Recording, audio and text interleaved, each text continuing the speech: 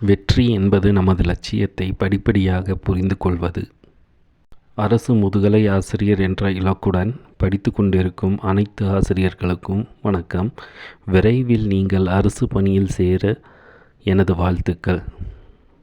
இன்றைக்கி நாம் பார்க்க போகிற டாபிக் என்ன அப்படின்னு பார்க்கும்போது, நம்மளோட எக்ஸாமுக்கு எதை படிக்கணும், எப்படி படிக்கணுங்கிறத பற்றி தான் நம்ம பார்க்க போகிறோம்.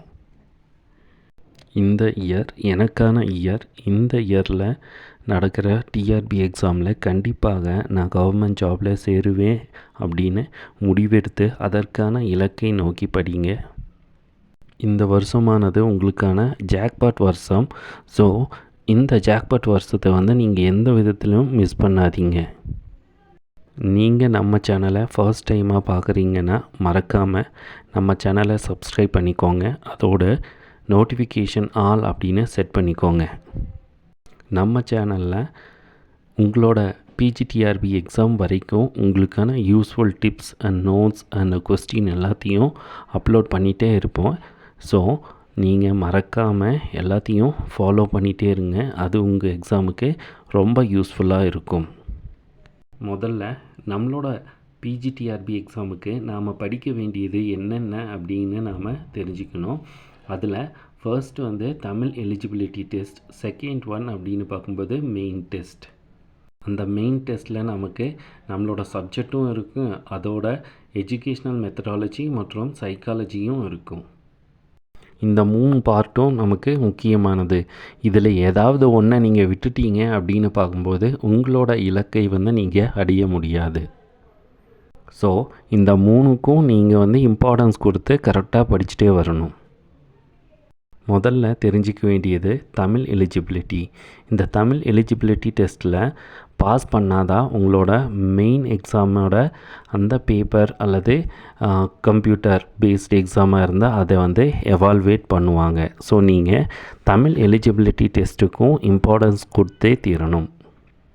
சில பேர் என்ன நினச்சிட்டு இருப்பீங்க அப்படின்னு பார்க்கும்போது, முதல்ல நம்ம சப்ஜெக்டை நல்லா தரோவாக படிச்சுக்கலாம், அதுக்கப்புறமா தமிழ் எலிஜிபிலிட்டி டெஸ்ட்டுக்கும் சைக்காலஜிக்கும் இம்பார்ட்டன்ஸ் கொடுத்து படிக்கலாம் அப்படின்னு நினச்சிருப்பீங்க. ஸோ இது உங்களோட ராங் கால்குலேஷன். இந்த தப்பான மனப்பான்மையை வெளியே போடுங்க. ஏன்னா நம்மளோட சப்ஜெக்டை மட்டும் படிச்சுட்டு வந்தானா அதை படித்து முடிக்கிறதுக்கு சுமார் 4 to 5 மாதம் தேவைப்படும்.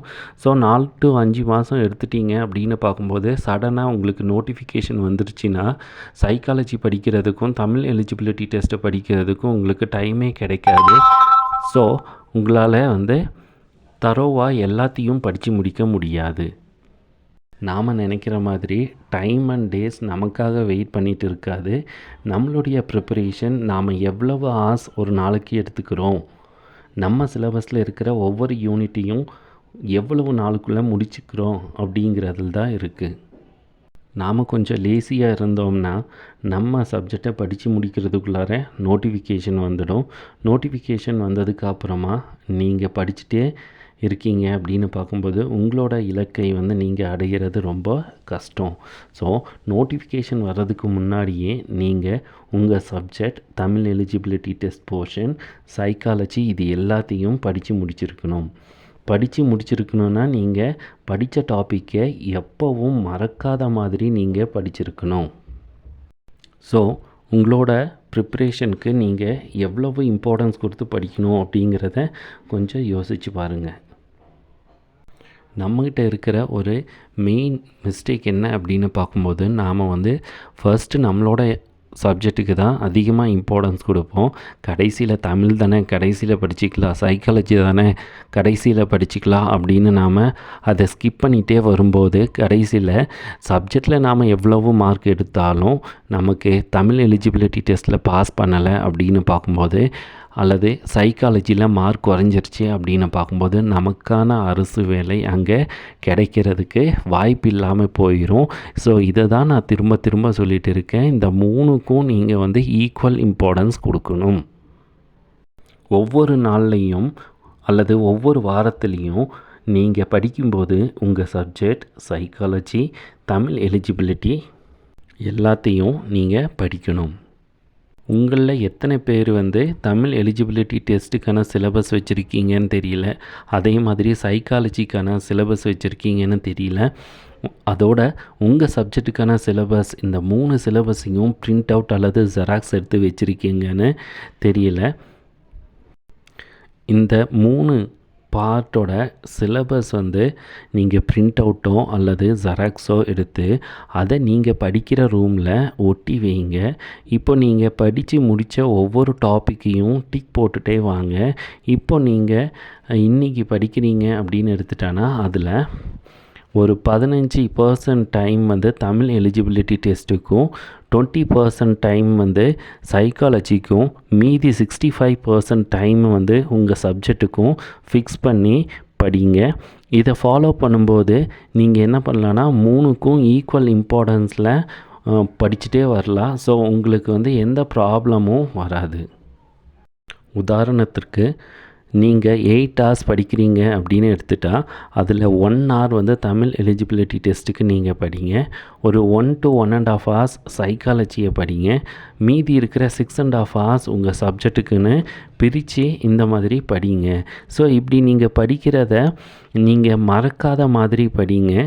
டெய்லி அரை மணி நேரம் நீங்கள் எல்லாத்தையும் முடித்ததுக்கப்புறமா அந்த அரை மணி நேரத்தில் நீங்கள் என்ன படித்தீங்க அப்படிங்கிறத ரிவைஸ் பண்ணிகிட்டே இருங்க. இப்படி எவ்ரிடே 1/2 hour நீங்கள் ரிவிஷன் பண்ணிகிட்டே இருக்கும்போது நீங்கள் படித்ததை வந்து எக்காரணத்தை கொண்டும் மறந்து போகவே போகாது. உங்கள் மைண்டில் ஃபிக்ஸ் ஆகிருக்கும். ஸோ எப்போது எந்த மாதிரி கொஸ்டின் கேட்டாலும் உங்களால் ஆன்சர் பண்ண முடியும் அப்படிங்கிற ஒரு நம்பிக்கை உங்களுக்குள்ளாரையே வரும். இப்படி நீங்கள் ஒவ்வொரு நாளையும் அல்லது ஒவ்வொரு வாரத்தையும் ஸ்ப்ளிட் பண்ணி படிக்கும்போது நோட்டிஃபிகேஷன் வர்றதுக்கு முன்னாடியே நீங்கள் தமிழ் எலிஜிபிலிட்டி டெஸ்ட் போர்ஷன், அடுத்தது சைக்காலஜி, அதோட உங்களோட சப்ஜெக்ட் எல்லாத்தையும் நீங்கள் படித்து முடிச்சிடுவீங்க. ஸோ அப்போது நோட்டிஃபிகேஷன் வந்ததுக்கப்புறமா நீங்கள் ரிவிஷன் மட்டும்தான் உங்களோட வேலையாக இருக்கும். ரிவிஷன் பண்ணுறது, டெஸ்ட் எழுதுறது. அந்த டெஸ்ட் எழுதுறது வந்து டெய்லி டெஸ்ட்டாக இருக்கலாம் அல்லது வீக்லி டெஸ்ட்டாக இருக்கலாம். ஸோ இந்த மாதிரி டெய்லி அல்லது வீக்லி டெஸ்ட் எழுதி நீங்கள் ரிப்பீட்டடாக எழுதிட்டே வரும்போது உங்களுக்கான வேலை வந்து உறுதியாகிடும். நான் சொன்னது ஒரு டிப்ஸாக எடுத்து நீங்கள் அதை ஃபாலோ பண்ணும்போது கண்டிப்பாக உங்களுக்கு வந்து அரசு வேலை உறுதியாக கிடைக்கும். நம்ம சேனலில் சைக்காலஜிக்கான யூடியூப் ஃப்ரீ டெஸ்ட் சீரீஸ் வந்து நான் போட்டுட்டு இருக்கேன். அது உங்கள் எல்லாருக்கும் தெரியும். அதே மாதிரி கூடிய விரைவில் வந்து தமிழ் எலிஜிபிலிட்டி டெஸ்ட்டுக்கும் சிலபஸ் வாரியாக அதை ஸ்ப்ளிட் பண்ணி டெஸ்ட் சீரீஸ் போடுறேன். ஸோ அதுவும் உங்களுக்கு யூஸ்ஃபுல்லாக இருக்கும். ஸோ நம்ம சேனலில் போடுற வீடியோ எல்லாத்தையும் மறக்காமல் ஃபாலோ பண்ணுங்கள். நீங்கள் நம்ம சேனலோட சைக்காலஜி வாட்ஸ்அப் குரூப்பில் சேரணும். அதில் கொடுக்குற போர்ஷன் படி நீங்கள் டெஸ்ட் எழுதணும். உங்களுக்கு சைக்காலஜி ஈஸியாக இருக்கணும், அதில் வந்து அதிகமாக மார்க் ஸ்கோர் பண்ணணும் அப்படின்னு விரும்புனீங்கன்னா டிஸ்கிரிப்ஷனில் சைக்காலஜிக்கான வாட்ஸ்அப் குரூப் லிங்க்கை வந்து நான் போட்டிருப்பேன். அதை வந்து கிளிக் பண்ணி அதில் ஜாயின் பண்ணிக்கோங்க. என்னோட இந்த செயல் மூலமாக உங்களுக்கு அரசு பணிக்கான இலக்கை அடைவதற்கு ஒரு 30% உதவியாக இருந்துச்சு அப்படின்னு பார்க்கும்போது அது எனக்கு ரொம்ப சந்தோஷமாக இருக்கும்.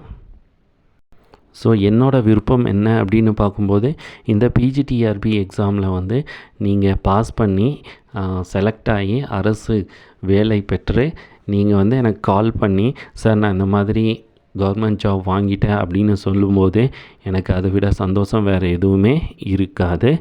ஸோ நீங்களும் என்னை போல் முதுகலை ஆசிரியராக வாழ்த்துகிறேன். நன்றி, வணக்கம்.